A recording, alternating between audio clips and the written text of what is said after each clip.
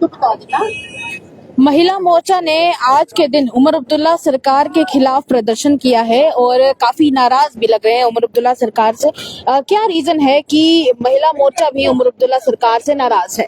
जी बिल्कुल नाराजगी की बात है, क्योंकि महिलाओं ने बड़ी मुश्किल 70 साल लड़ने के बाद अपने हक लिए थे, लेकिन ये दोबारा से 370 लाने की बातें कर रहे हैं, जो कि बड़ा ही अपसर्ड है और कहीं ना कहीं महिलाओं को ठेस पहुंच रही है कि आपने तो हक दिए नहीं हमें, जो मिले भी हैं वो आप वापस लेना चाहते हो। किस प्रकार की सोच है आपकी? तो आपको क्या लगता है कि क्या किया जाना चाहिए था? तो ऊपर से देखिए, ये पहला सत्र था, लोगों के लिए काफी इम्पोर्टेंट था ये सत्र। इस इम्पोर्टेंट सत्र में धारा 370 या फिर यूं कहें कि रेस्टोरेशन के बारे में बात की, वो भी स्पेशल स्टेटस रेस्टोरेशन के बारे में, उसमें क्या आपको लगता है कि गलत है? जी हमें भी लग रहा था कि ये सदन के दिन शुरू हुए हैं तो कुछ लोगों की बात होगी, जो लोगों की मांगे हैं बड़ी देर से पुरानी है, वो करना चाहते हैं उसकी बात होगी, लेकिन ऐसा कुछ भी नहीं हुआ। जबकि इन्होंने वही पॉलिटिकल गिमिक ही खेला अपना, ये शायद वहीं के वहीं अटके हुए अभी तक कि वैसे ही पॉलिटिक्स चाहते हैं जैसे वो छोड़ के गए थे। लेकिन भाजपा ने आज सिनेरियो चेंज कर दिया, जो ऑपोजिशन के लीडर भी लाल चौक पे आके तिरंगा झंडा फहरा रहे हैं, जो शायद इनको बर्दाश्त नहीं हो रहा। आपको क्या लगता है कि क्या किया जा सकता था? किस किस बारे में बात हो सकती है? जी बहुत सारे मुद्दे थे जिनके बारे में बात हो सकती है, रोजगार की बात हो सकती है, बड़ी सारे मुद्दे जिस पे हमने क्या नाम है, बहुत सारे मुद्दे थे जो लिखित रूप में हमने दिए थे।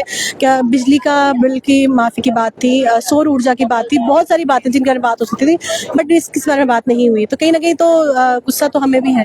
एक अभी इस बारे में एक भी और चर्चा चल रही है कि वो जो रेजोल्यूशन पास किया गया है, उस रेजोल्यूशन में सिर्फ स्पेशल स्टेटस के बारे में बात की गई है, उसमें इस तरह की कोई बात नहीं की गई है कि आपको 370 की बहाली चाहिए उनको, इस तरह का कुछ उसमें लिखा नहीं गया। क्या लगता है? देखिए स्पेशल स्टेटस का मतलब ही यही होता है कि आप 370 का मतलब ही स्पेशल स्टेटस था। मैडम, स्पेशल 71 भी हो सकता है। शायद से इनको शुरू से स्पेशल रहने की आदत है, इनको बीच में लोगों के साथ बीच में बैठ के काम करने की आदत नहीं है, तो उनको स्पेशल स्टेटस ही अच्छा लगता है। लेकिन देखिए जो हमारे एमएलए जो आम जनता है उसके बारे में ये नहीं सोचते। हम आम जनता है, हमें तो हमारे मुद्दे चाहिए, हमने क्या करना है स्पेशल स्टेटस, हमें क्या फायदा स्पेशल स्टेटस का? जब स्पेशल स्टेटस था भी तो क्या देता था? पत्थरबाजी मिलती थी, व्यापार को नुकसान होता था, तो उसका आम जनता को क्या फायदा होता था?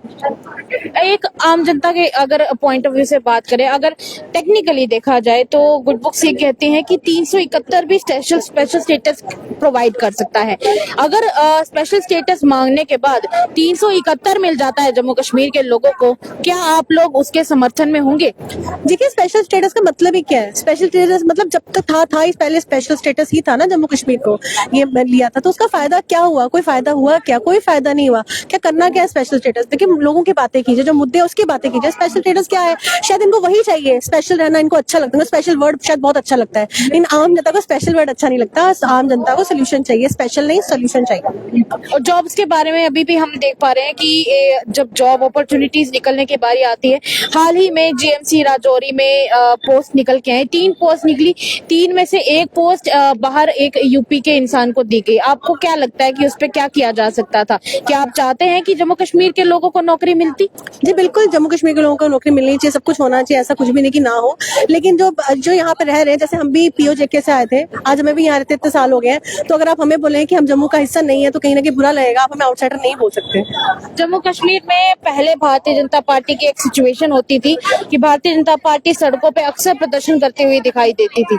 अब फिर से वही हाल होने शुरू हो गया, दोबारा से भारतीय जनता पार्टी प्रदर्शन करती हुई आए दिनों दिखाई दे रही है। क्या भारतीय जनता पार्टी का वही पुराना समय शुरू हो गया? देखिए जो भारतीय जनता पार्टी एक पीस लविंग पार्टी है, एक जो हमारा संविधान लविंग पार्टी है, तो हमारा जो भी फाइट रहेगी कहीं ना कहीं जो भी असंवैधानिक रहेंगी स्थितियां, उसके खिलाफ तो हम लड़ेंगे, इसमें तो कोई दो राय नहीं। आज के दिन भी देखा गया कि सदन में जब मीटिंग होनी थी वहां पे, आज के दिन फिर से भारतीय जनता पार्टी के एमएलए को बाहर निकाला गया। क्या लगता है आपको उस पर क्या होना चाहिए था? नहीं शेर हैं, शेर तो लड़ेंगे तो घायल भी होंगे, लेकिन कहीं ना कहीं दुख भी लगता है क्योंकि हमारे अपने ही भाई है सारे जो वहाँ लड़ रहे हैं। इनफैक्ट कल के दिन की बात की जाए, कल के दिन ये सब कुछ हुआ था। जी हाँ, कहीं ना कहीं तो लगता ही बुरा, अपने भाई हैं जो सब लड़ रहे हैं वहाँ पे, हमने ही उन्हें वोट देके वहाँ भेजा है, तो लेकिन शेर है, लड़ेंगे, जरूर लड़ेंगे अराजकता के खिलाफ, संवैधानिक स्थितियों के खिलाफ, और ये बिल्कुल इलीगल तरीके से पारित करने की कोशिश की है, तो इसके खिलाफ तो बोलना ही है।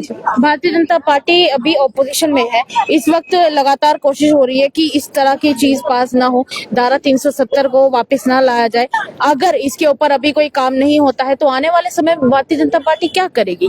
कि भारतीय जनता पार्टी का शुरू से हमारा, देखिए हमारा 370 के लिए कोई 1 साल का या 2 साल का काम नहीं है। 370 हमारा, जब से हमारी पार्टी का गठन हुआ है, आप तब से आप हमारा देखेंगे हर प्रस्ताव में हमारे 370 हटाने के पारित वो होता ही होता। तो आप समझ सकते हैं हमारे खून में है, जहाँ हुए बलिदान मुखर्जी, हमारे मुखर्जी जी का बलिदान 370 की वजह से हुआ है। तो ये तो आप समझिए, ये तो हमारे लिए जान प्राण की लड़ाई है, हमारे लिए प्राइड की लड़ाई है। तो वो तो उसके खिलाफ तो हम लड़ेंगे हमेशा। धारा 370 के खिलाफ हम लड़ेंगे हमेशा। ये थी मेरे साथ भारतीय जनता पार्टी महिला मोर्चा की सारी महिलाएं, जिन्होंने आज 370 के बहाली न हो उसके बारे में बात की है और प्रदर्शन किया था थोड़ी देर पहले। और उमर सरकार के खिलाफ जिन्होंने क्योंकि इनका कहना है कि उमर सरकार के खिलाफ इनको काफी नाराजगी है, इनको उनसे काफी नाराजगी है, वो सब कुछ इन्होंने व्यक्त किया है। अपनी राय हमारे कमेंट सेक्शन में जरूर व्यक्त कीजिएगा। तमाम अपडेट्स के लिए देखते रहिए द अर्थ न्यूज। साक्षी सानी के साथ सेवाराम की रिपोर्ट। जब